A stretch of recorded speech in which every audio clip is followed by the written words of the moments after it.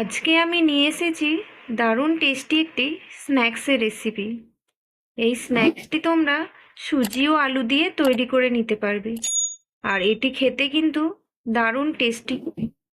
আর এই স্ন্যাক্স তোমরা সন্ধ্যাবেলায় টিফিনে বা চায়ের সাথে খেতে পারো। আর এটি তোমরা বাড়ির বাচ্চাদের জন্য বানাতে পারো। খেতে কিন্তু দারুণ টেস্টি হয়, আর বানানো কিন্তু কোনো বেশি ঝামেলা নেই। তাহলে বন্ধুরা, চলুন দেরি না করে রেসিপিটি শুরু করি। Hello friends, welcome to Sangeeta's kitchen. আজকে আমি যে তোমাদের জন্য স্ন্যাক্সের রেসিপি নিয়ে এসেছি, এটি বানানোর জন্য প্রথমেই আমি গ্যাসের চুলায় একটি ফ্রাই প্যান নিয়ে নিয়েছি। এরপর এতে দিয়ে দেবো 3 কাপ পরিমাণ জল। জল দেওয়ার পর এতে দিয়ে দেবো 1 teaspoon chilli flakes. Chilli flakes দেওয়ার পর এতে দিয়ে দেবো স্বাদ মতো লবণ। লবণ দেওয়ার পর খুব ভালোভাবে নাড়াচাড়া করে মিশিয়ে নেব। তারপর এতে দিয়ে দেবো 1 কাপ পরিমাণ সুজি। সুজি দেওয়ার পর খুব ভালোভাবে এটিকে মিশিয়ে নেব।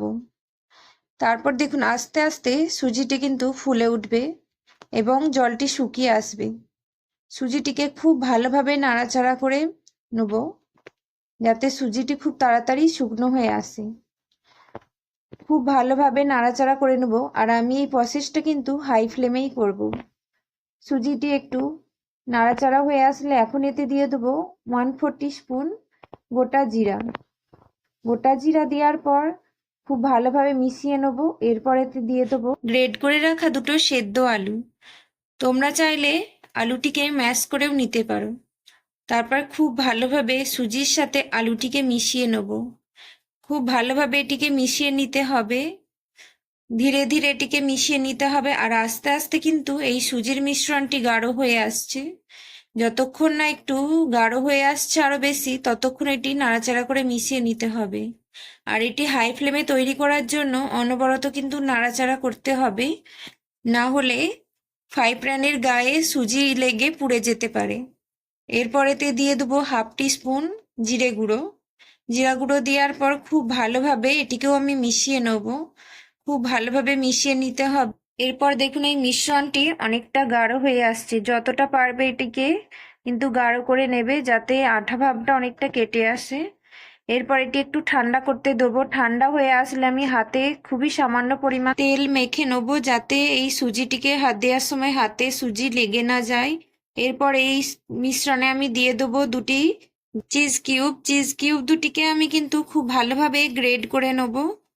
তারপর খুব ভালোভাবে হাতের সাহায্যে এই সুজির মিশ্রণের সাথে এটিকে মিশিয়ে নিতে হবে।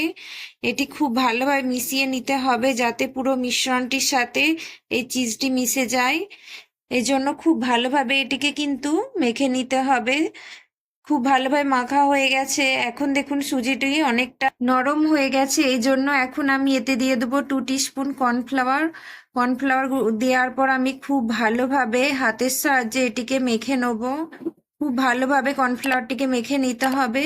দেখুন কর্নফ্লাওয়ারটি মাখার পরেও আমার মনে হচ্ছে এটি আরেকটু নরম আছে, তাই আমি এতে আরও 2 টিস্পুন কর্নফ্লাওয়ার দিয়ে দেবো। তারপর খুব ভালোভাবে এটিকেও মিশিয়ে নেব। খুব ভালোভাবে এটি মিশিয়ে নিতে হবে, ভালোভাবে যাতে কর্নফ্লাওয়ারটি এই সুজির মিশ্রণের সাথে মিশে যায়। এইভাবে কিন্তু খুব ভালোভাবে ধীরে ধীরে মিশিয়ে নিতে হবে। মেশানো হয়ে গেলে এই মিশ্রণটিকে একটু সাইডে রেখে দেবো।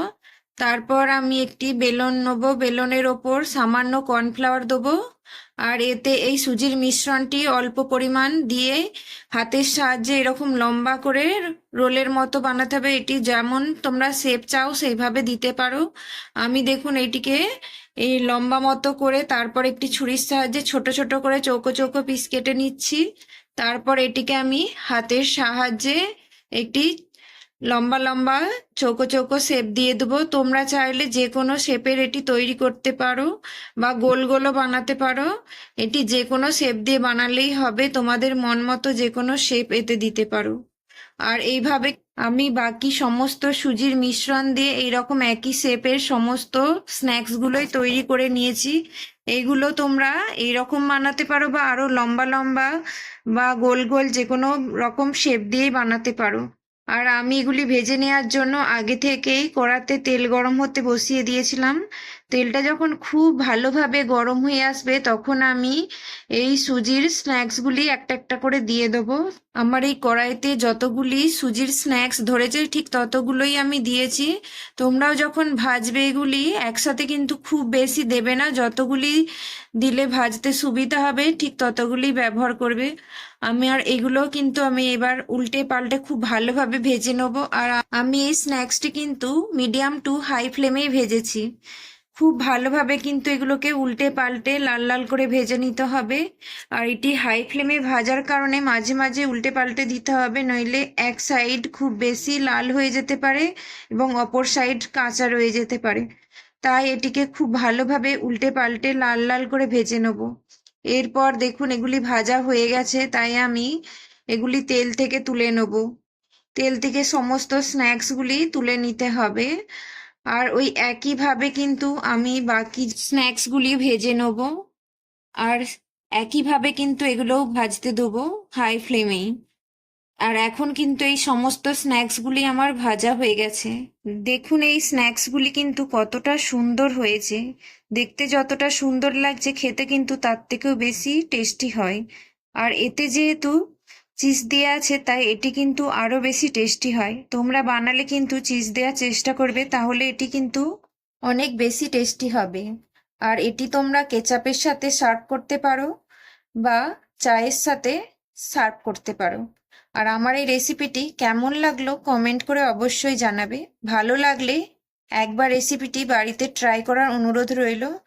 ভিডিওটি যদি ভালো লেগে থাকে ভিডিওটিতে লাইক, কমেন্ট, শেয়ার এবং চ্যানেলটিকে সাবস্ক্রাইব করে পাশে থাকা বেল আইকন প্রেস করে দিও, যাতে আমার ভিডিও নোটিফিকেশন খুব সহজেই তোমাদের কাছে পৌঁছে যায়।